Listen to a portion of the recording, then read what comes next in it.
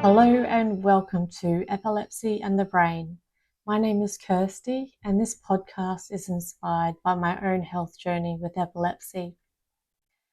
In the following episodes, I'll be interviewing experts in their field to look at how imbalances in other parts of our body can affect our brains. I am a clinical hypnotherapist, a strategic psychotherapist, a graduate of psychology, and I'm currently studying towards becoming a neuroscientist. I was diagnosed with complex partial seizures, also known as absence seizures, when I was 4 years old. It became apparent that I was having episodes where I would stare blankly into space, during which time I had no awareness of what was going on around me. And then when I finally came out of a trance state, I would have no memory of what took place. So the doctors put me on medication, but unfortunately I had drug-resistant epilepsy, so the seizures continued to occur. When I went through hormonal changes, my seizures started to change in nature. So I would start to say strange things or walk around like a zombie. I remember in my first job as a checkout chick at a supermarket, I had a seizure just as a customer went to pay for her groceries.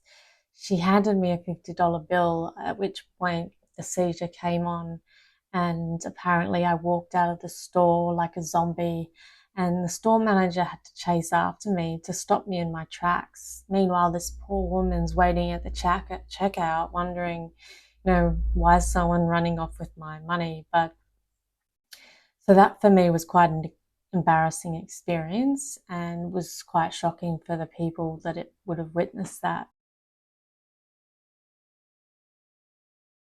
When I was 16, I was finally eligible to have brain surgery, and I had a right temporal lobectomy, so part of my right temporal lobe was removed. That surgery was quite successful, and I was able to return to complete my university studies as well as my high school studies, and I went on to work in the corporate world. After about 5 years of prolonged stress, my seizures returned with a vengeance, and I had a full-blown tonic-clonic seizure which lasted 40 minutes. So it was a full body convulsion for 40 minutes. And this seizure, it changed my memory forever.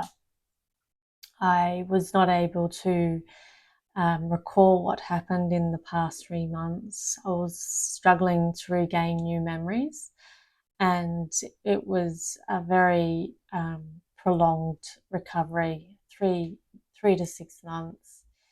Um, these seizures, so whilst they weren't as severe, I continued to have absence seizures of various severity.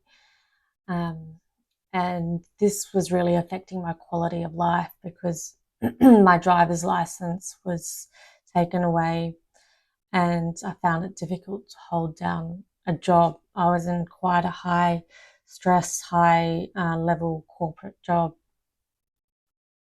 So at this point, the doctors recommended that I had further surgery to remove more of my right temporal lobe. But I was resistant to have that surgery because I was more aware of my mortality at that age and the risks that are involved with brain surgery. Um, I also felt intuitively that my seizures were a result of imbalances in my body, because I noticed that my seizures were clustering around my menstrual cycle. And so I sought alternative therapies. So I saw a naturopath and a dietitian to look at vitamin deficiencies as well as any hormonal imbalances. And out of those tests, it did become apparent that I had hormone imbalance. So through diet and vitamin supplementation, I worked towards healing my hormonal imbalances. This obviously is quite a long process. It's not something that shows impact straight away. So I was also looking at other modalities, which I explored acupuncture, and that was extremely effective.